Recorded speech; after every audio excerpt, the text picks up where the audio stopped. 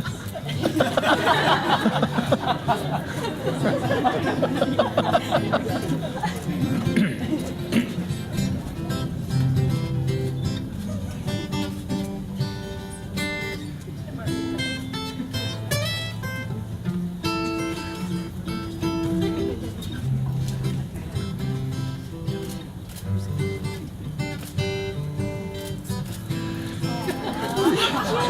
have them all.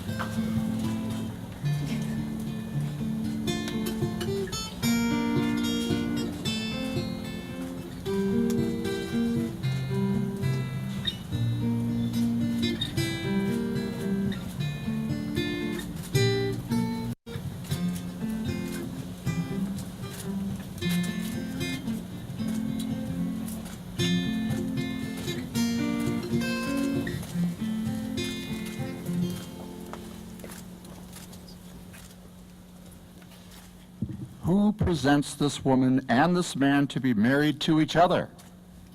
We do. Very well. You may sit down. Well, hello. How is everybody doing this evening? Fantastic. Who's here for a wedding this evening? You're in the right place, because it's going to be the most awesome wedding ever. I would like to extend a hearty hello on behalf of Michelle. I don't know who Michelle is. On behalf of Michael and Giselle. We're off with a bang here. We welcome you one and all. They would also like to take this opportunity to thank all of you for being here today. We know that many have traveled far and wide to be here, and it is truly appreciated.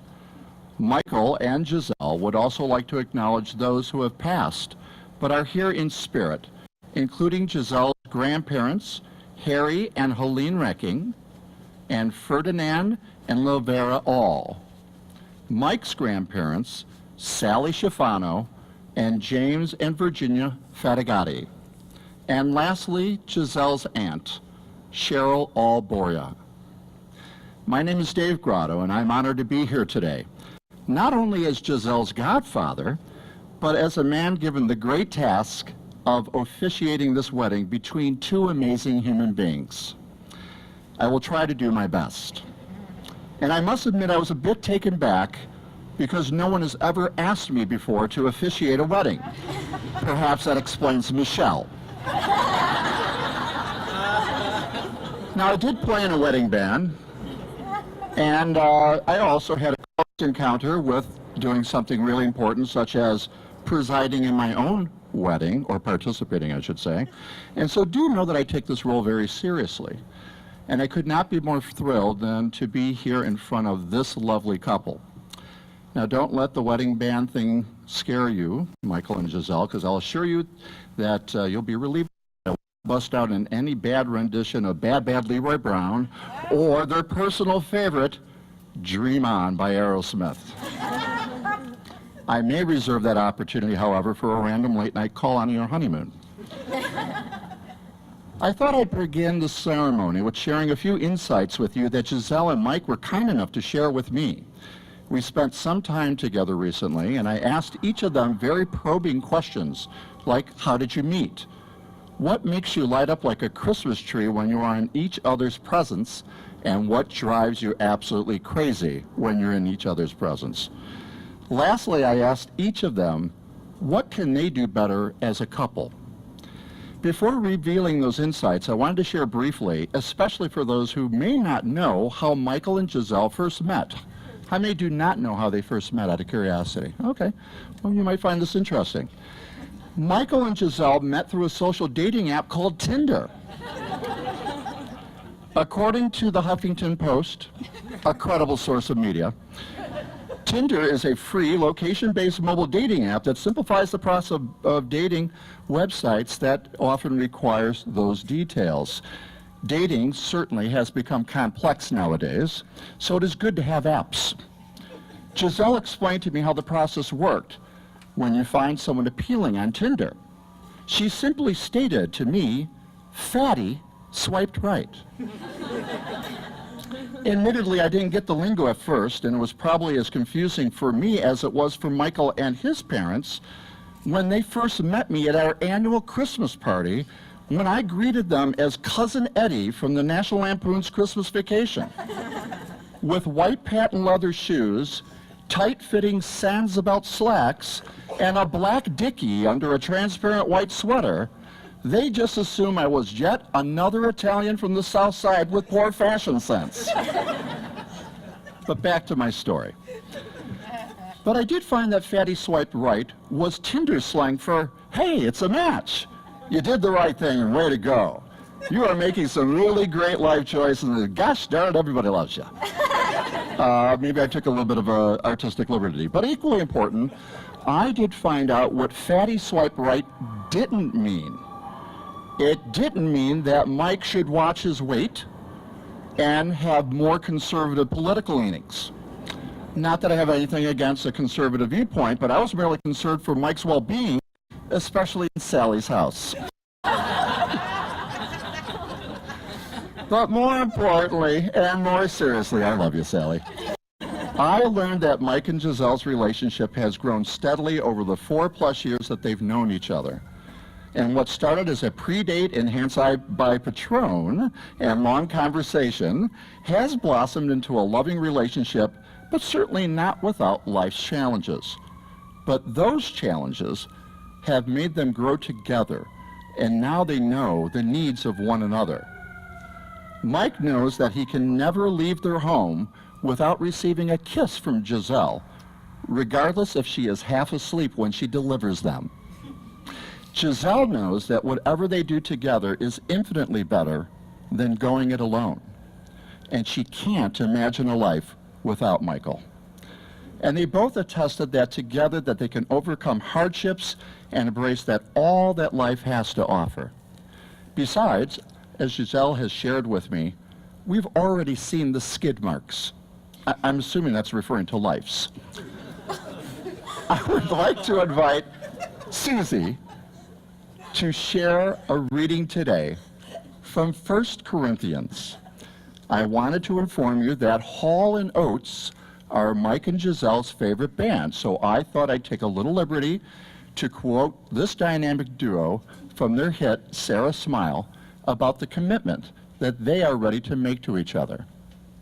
When you feel cold, I'll warm you. When you feel you can't go on, I'll come and hold you. It's you and me forever.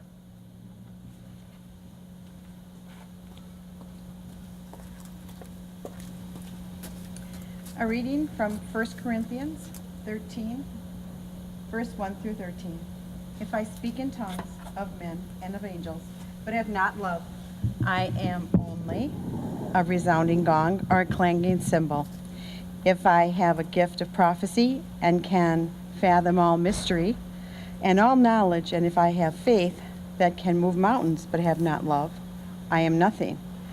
If I give all possess to the poor and surrender my body to flames, but have not loved, I gain nothing.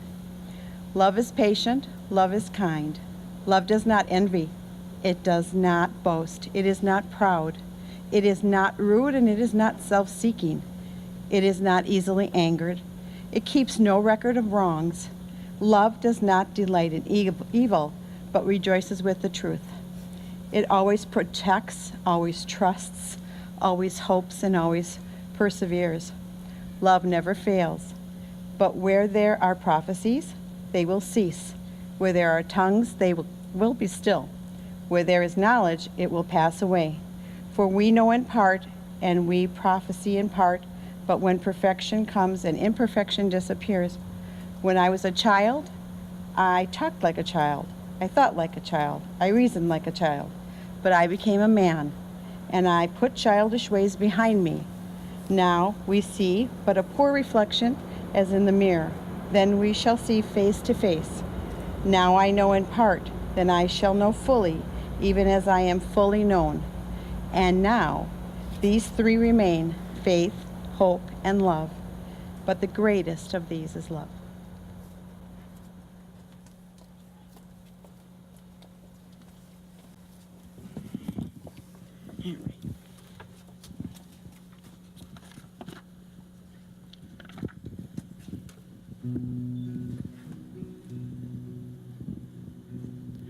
It's the light that pierces through you to the darkest hidden place. It knows your deepest secrets, but it never looks away. It's the gentle hand that pulls you from the judgment of the crowd when you stand before them guilty and you got no way out. Some may call it foolish and impossible, but for every heart it rescues, it's a miracle. It's nothing less than scandalous, this love that took our place. Just call it what it is, call it grace. Oh, oh, oh, it's the breath that's breathing new life into what we thought was dead. It's the favor that takes orphans and placing crowns upon their heads. It's the hope for our tomorrows. It's the rock on which we stand. It's a strong and mighty fortress even hell can't stand against. Some may call it foolish and impossible, but for every heart it rescues, it's a miracle. It's nothing less than scandalous, this love that took our place. Just call it what it is, call it grace. Oh, oh,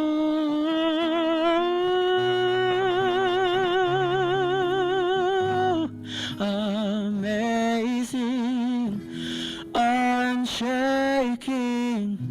This is grace, this is grace, unchanging, unfailing.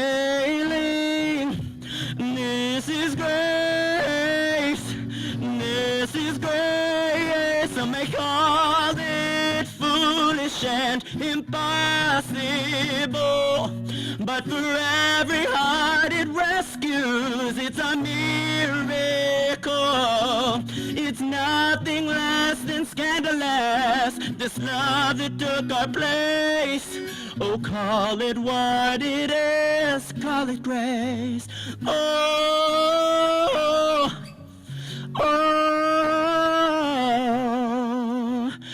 call it grace.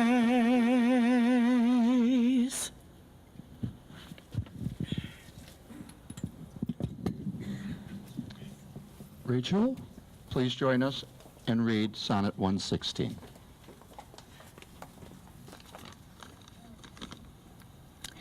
Let me not to the marriage of true minds admit impediments. Love is not love which alters when it alteration finds, or bends with the remover to remove. Oh no, it is an ever-fixed mark, that looks on tempests and is never shaken.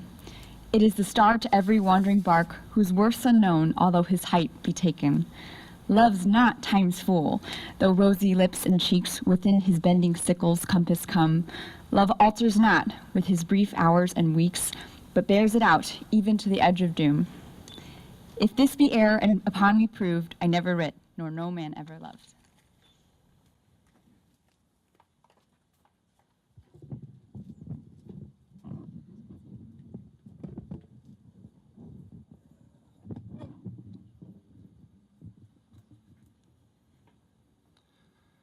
As I ask Mike and Giselle to recite their vows before these witnesses and God today, I'd like to share a brief story. Literally a few days ago, I went to visit my father at the assisted living center where he lives, and during our visit, one of the residents sat down at the piano and played beautifully. I couldn't help but notice that all of the songs she played were old-time gospel songs. A lady next to her asked if she could play one more song when it looked like she was going to stop playing. She remarked, "I guess so," and then asked if she could play Amazing Grace. She smiled and responded back to me, "I'll try." Like all the other songs she played before, she played this one flawlessly. But I had not noticed before that her hands were riddled with arthritis and contorted, and it was a challenge for her to play. It became obvious to me in that moment, and all others who were listening to her at that time, that there must have been some inner force that was giving her the strength to perform so beautifully. I sat there in awe, and I thought to myself that this woman was not some product of random chance. It was evident to me in that moment that she came from our Creator and served for me as a wonderful reminder of God's greatness and capacity for beautiful in all things. Just like this union of Michael and Giselle that we are witnessing to us before today, that this also serves as a reminder of their union is not a random result of chance, but it is the will of God, and we should celebrate His grace, His will, His beauty, manifested through the union of these two beautiful people, Michael and Giselle.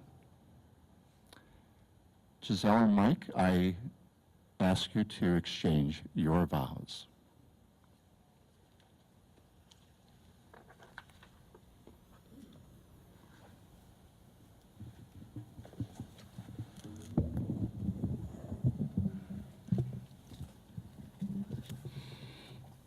In the months leading up to meeting you in April of 2013, I wrote journal entries wondering where you were and prayed you existed.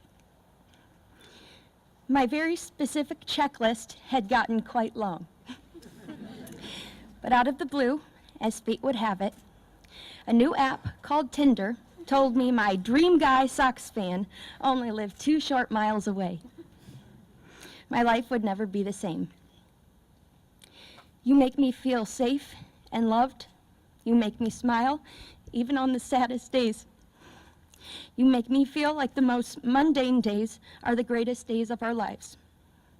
You make me laugh, and most importantly, you allow me to be my true quirky self. Everything in my life has led me to you. I embrace every right and wrong turn I have made, because if I had done anything differently, I may have never met you. I promise to have a heart that is always ready to ask for forgiveness, as well as forgive. I promise to be faithful, to encourage you, comfort you, respect you, and trust you. I promise to always be your best friend, confidant, and biggest supporter. I promise to stand with you even when the waves of this world start to crash. I will love you today, tomorrow, and always.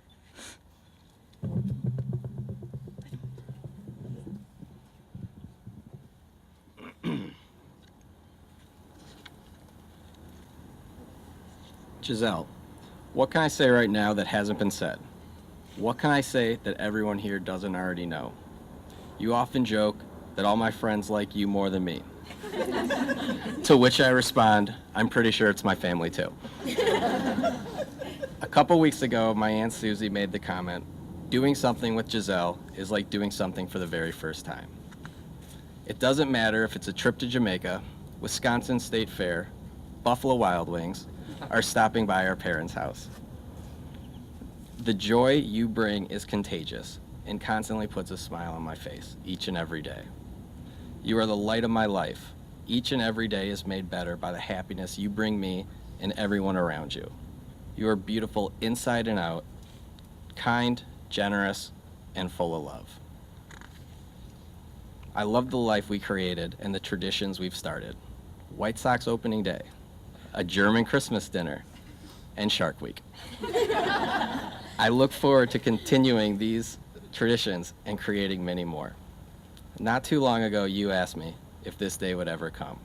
I said, it's not a matter of if, but when. And I'm ecstatic that that when is today. Giselle, I, Michael, take you as my wife, partner, and best friend.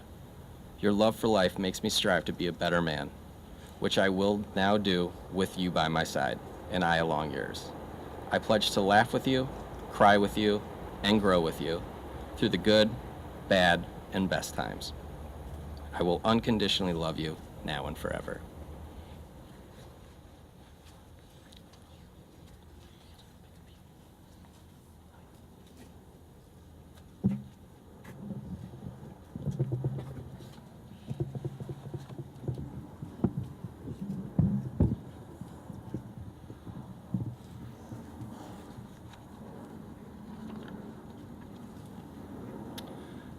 I invite the best man to share the rings with the groom and the bride for the exchanging of the rings.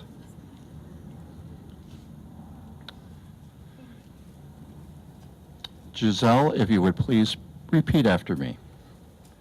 I, Giselle, I, Giselle, take you, Michael, take you, Michael, to be my husband, to be my husband, my partner in life, my partner in life, and my one true love. and my one true love. Take this ring Take this ring as a symbol of my everlasting love as a symbol of my everlasting love and commitment to you. and commitment to you. Michael, repeat after me. I, Michael, I, Michael, take you, Giselle, take you, Giselle, to be my wife, to be my wife, my partner in life, my partner in life, and my one true love. and my one true love. Take this ring as a symbol Take this ring as a symbol of my everlasting love of my everlasting love and commitment to you. and commitment to you. It is my distinct honor and pleasure to pronounce you man and wife. And in the words of Hall & Oates, Michael, because your kiss is on Giselle's list of the best things in life, you may kiss the bride.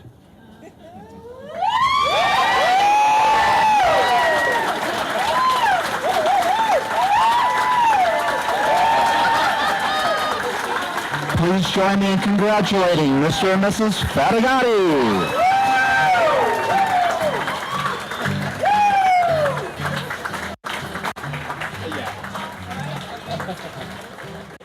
After the recessional, please join the bridal party in the next room for cocktails.